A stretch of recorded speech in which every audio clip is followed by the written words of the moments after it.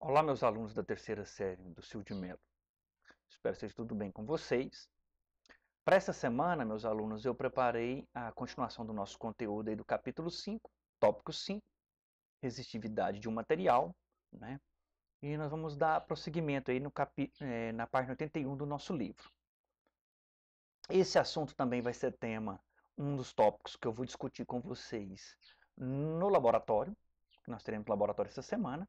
Você vai ver que nós vamos fazer uma relação da primeira lei de Ohms, que eu comentei com vocês nas aulas passadas, e depois com a segunda lei de Ohms, que é o que nós vamos comentar nessa aula de hoje, tá bom? Então, vamos destacar aí alguns pontos importantes nesse texto.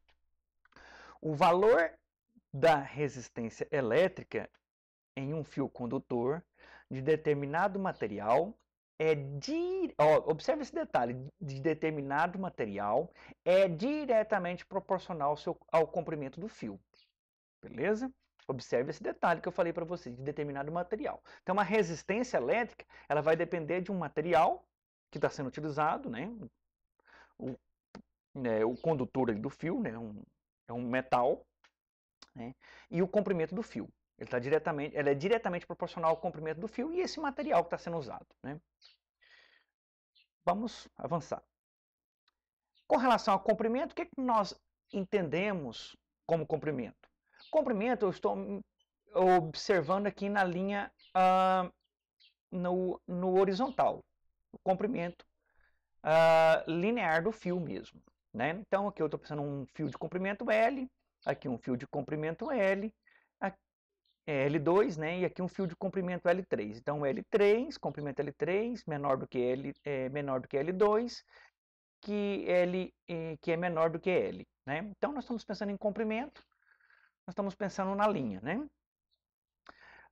Aqui vai entrar um outro conceito também, bastante importante, porque nós vamos precisar desse conceito, que é o conceito de bitola. Bitola do fio. Então, quando eu falo de bitola, eu estou me referindo à espessura do fio, né? Então, por exemplo, aqui, esse fio aqui, a espessura dele, nós dizemos que a área dele é A1. A área dele é maior do que a bitola do fio de área 2. Então, a bitola do fio de área 1 é maior do que a bitola do fio de área 2, que é maior do que a bitola do fio de área 3. Observe que nesse caso o comprimento é o mesmo para qualquer um dos três fios, né? Só vai mudar aqui a bitola, a área do fio. Então, esses conceitos é importantíssimo. Agora, olha só. O valor da resistência elétrica, R, né, de um fio condutor de determinado material é inversamente proporcional à área da secção reta do fio. Então, eu faço um corte no fio, meço a área ali a espessura do fio, meço aquela área, e vai depender, ele é inversamente proporcional a essa área e diretamente proporcional ao comprimento e ao material que é produzido, de que é feito esse fio, né? Então vamos continuar. Então o que nós podemos juntar agora essas duas partes que eu li com o que nós temos agora, né? Vamos juntar isso.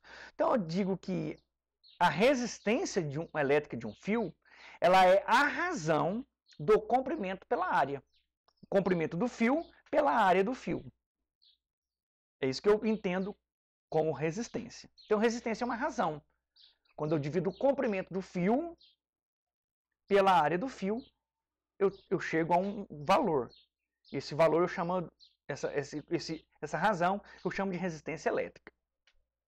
Continuando aí, né? A resistividade do material. Então, olha só, eu tenho aqui um fio, por exemplo, né? Que tem a letra grega Rho, que é a resistividade, vai depender de que material. Aqui o material é o chumbo e aqui o material é cobre, né? Note que ambos têm a mesma área, né? A área é a mesma, ou seja, bitola, são de mesma bitola, e o comprimento são os mesmos, comprimento LL. O que vai determinar a resistividade aqui? É um material do que é feito. eu utilizo a letra grega Rho, parece o P, né? No nosso alfabeto latino, só que aqui é uma letra grega Rho, que significa a resistividade do material. Então agora eu vou juntar esse conceito de resistividade do material com o que nós temos aqui da resistência até o momento, que é proporcional ao comprimento do fio pela área, né? Vamos juntar esses dois conceitos. Então agora nós temos aí o que nós chamamos popularmente de segunda lei de Ohms, né? Que diz o seguinte, que a resistência de um fio é diretamente proporcional à resistividade do material pelo comprimento, o produto, né, da resistividade do material pelo comprimento, e inversamente proporcional à área do fio, né? Então, esse é a segunda lei de Ohms. Aqui nós temos a resistividade do chumbo e a resistividade do ferro, né? Então, olha só. Nós temos um caso aí. Nós temos aqui as resistividade de alguns materiais, né? Você vai ter que ganhar esse tipo de informação nos exercícios, ou então ele vai te dar os outros dados para você achar a resistividade, né? O material que tem menos resistência possível, né? Quanto menos resistência, melhor, né? Resistência de resistir. Então, se ele tem resistividade alta, quer dizer que ele não é um muito bom condutor, né? Quanto menor, melhor condutor é. Os melhores condutores, né? Os condutores é o cobre, a prata, o ouro. Só que nós vamos fazer um fio elétrico de ouro, né? Tem fio de ouro, mas é outra coisa, né? É uma joia, né? Um tipo de joia, né? Agora, de cobre, o mais comum que nós utilizamos nas nossas casas é o material com cobre, né? Continuando aí os nossos estudos. Aí ele fala assim, já sabe responder? Por que a lâmpada incandescente emite luz quando acionamos o interruptor? Nós trabalhamos a respeito disso, né? É o sentido de movimentação o quê? Da corrente elétrica, né? A movimentação da corrente vai fazer com que passe pelo filamento, que geralmente nessas lâmpadas incandescentes, esse filamento aqui é feito de tungstênio, aqui ó, tungstênio. Geralmente esse filamento é feito de tungstênio. Quase não tem nessas lâmpadas mais, né? Então eu vou comentar aí com vocês um exercício resolvido. Vamos pegar aqui.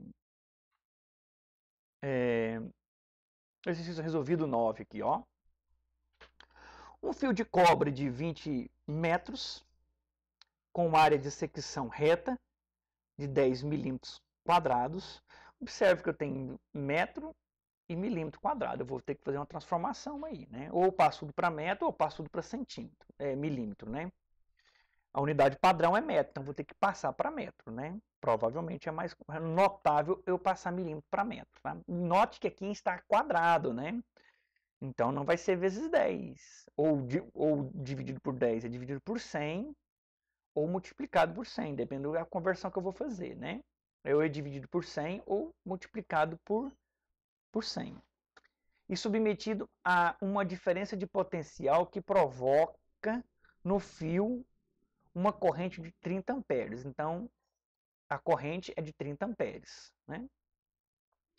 Considerando a resistência do cobre igual a 1,7 vezes 10 elevado a menos 8 ohms por metro, calcule a resistência elétrica desse fio. Então, a resistência elétrica vai ser a segunda lei de Ohms, vezes a resistividade, que é o Rho, vezes o comprimento, dividido pela área. Aplicação direta aí da fórmula, né? Então, vamos chegar à conclusão que a resistência elétrica, então, é de 3,4 vezes 10 elevado a menos 2 ohms. Beleza, pessoal? Para a nossa próxima aula, eu vou deixar aí com vocês as questões que está proposta aí na página 85 para você fazer, né? Não tem mais, termina, já vamos entrar em outro capítulo, como você pode ver, né? Já é potência elétrica. né? Já vai começar a ficar mais familiar ao nosso dia a dia, né? Ao nosso cotidiano, né? Ele vai deixar de sair muito da parte mais abstrata que está, né? Então, aí são 2, 3, 4, 5, 6, 7, 8. Aí você vai escolher os pares ou os ímpares aí para você responder, tá? Se você escolheu todos os ímpares, faça todos os ímpares dessa página. Página 85. Se você escolheu fazer os pares, faça todos os pares dessa página 85. E aí, na outra aula da semana que vem, eu já finalizo com vocês esse capítulo, fechando todo o conteúdo. No mais, me coloco à disposição para esclarecer qualquer dúvida que vocês possam ter. Muito obrigado e boa semana de estudo para nós.